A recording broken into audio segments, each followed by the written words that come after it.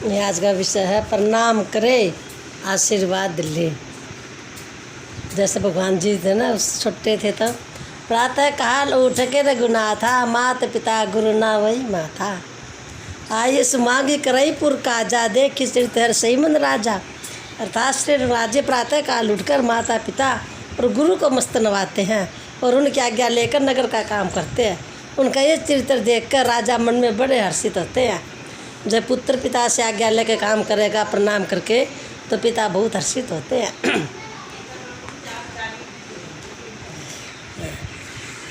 भारतीय परंपरा में इसी प्रकार प्रणाम करने की परंपरा रही है। इसके अलावा प्राचीन काल में गुरुकुलों में दंडवत प्रणाम करने का विधान भी रहा, जिसमें शिष्य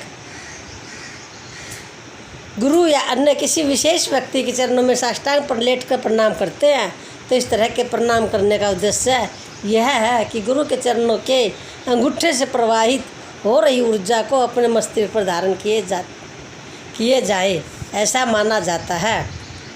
जो साष्टांग प्रणाम करता है ना चरणों में, तो चरणों का तो अंगूठा ही लगेगा ना, उस अंगूठे में तब उसकी ऊर्जा मिलती है। गुरु की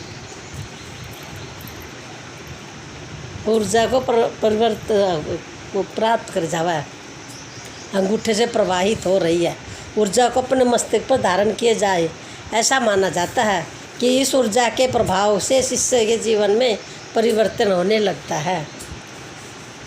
भारतीय धर्म शास्त्रों में ऐसा करने पर गुरु द्वारा हाथ उठाकर आशीर्वाद देने का भी विधान है। शास्त्रों के अनुसार जब गुरु हाथ उठाकर आशीर्वाद देते हैं, तब उनके हाथ की उंगलियों से निकलता ऊर्जा। जब हाथ उठाते हैं गुरु जो आशीर्वाद देने के लिए, तो उनके हाथों से उंगलियों से ऊर्जा निकलती है, जो शिष्य के मस्तिष्क में प्रवेश कर जाती है। ऐसे लगता है जो उसके जीवन को प्रभावित करता है। इस आशीर्वाद को ग्रहण करने के लिए शिष्य का भी गुरु को समर्पित होकर प्रणाम करना जरूरी है। स्पष्ट है कि बिना प्रणाम किए इस आशीर्वाद रूपी ऊर्जा को ग्रहण कर पाना संभव नहीं।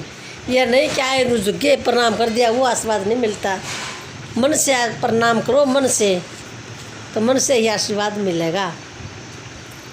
आशीर्वाद एक तरह से किसी व्यक्ति के अंतर्मन से निकले हुए शुभ भाव होते हैं, जो व्यक्ति को प्रभावित करते हैं। यदि आशीर्वाद या आशीर्वचन के साथ व्यक्ति की तप शक्ति, संकल्प शक्ति जुड़ी हुई है, तो ऐसे आशीर्वाद शीघ्र फलित होते हैं और प्रत्यक्ष रूप से अपना प्रभाव दिखाते हैं। आशीर्वाद के 4 अक्षर प्रतीक रूप में 4 शब्द हैं: आयु, विद्या, यश और बल। जिस शुभ कामना से व्यक्ति की आयु, विद्या, यश और बल में वृद्धि होती हो, वही आशीर्वाद है। जिन लोगों को बार बार आशीर्वाद मिलने पर भी कोई लाभ नहीं मिलता, इसका तात्पर्य यह है कि उन्होंने न श्रद्धापूर्वक प्रणाम किया और न ही श्रद्धापूर्वक आशीर्वाद लिया। आशीर्वाद जीवन में तभी उतर सकेगा जब व्यक्ति आशीर्वाद के प्रभाव को धारण कर पाए।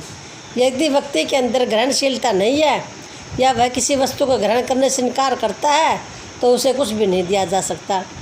इसी तरह यदि कोई आशीर्वाद दे, लेकिन आशीर्वाद लेने वाले व्यक्ति के अंदर अहंकार के भाव को विनम्रता न हो, तो ऐसा व्यक्ति आशीर्वाद का लाभ नहीं ले पाता। जैसे कोई आता है, प्रणाम ऐसे करके झुक जाता है और मन में सोचता है, ले क्या फ़र्क पड़ा, माँ ने कही थी तो प्रणाम कर दिया, पिता ने कही थी तो कर दिया, कोई बात गुरु ने कहा कि ना को मिल तो प्रणाम कर दिया, तो उसको आशीर्वाद देने वाला देगा ना, तो भी मिलेगा ना, उसका आशीर्वाद नहीं मिलेगा। भारतीय संस्कृति में प्रणाम की परंपरा इसलिए रखी गई है ताकि व्यक्ति विनम्र बन सके। कि अहंकारी जब व्यक्ति अपने से किसी बड़े व्यक्ति को या महापुरुष स्तर के व्यक्ति को प्रणाम करता है, तो प्रणाम करने का भाव ही व्यक्ति को विनम्रता को प्रकट करता है और वह यही विनम्रता उसे दूसरों से मिलने वाले आशीर्वाद को ग्रहण करने के योग्य बनाती है। हमें भी अपने व्यक्तित्व में निरहंकारिता को विकसित करने के लिए नित्य प्रणाम करने की आदत डालनी चाहिए। बोलो गुरुदेव भगवान को प्रणाम।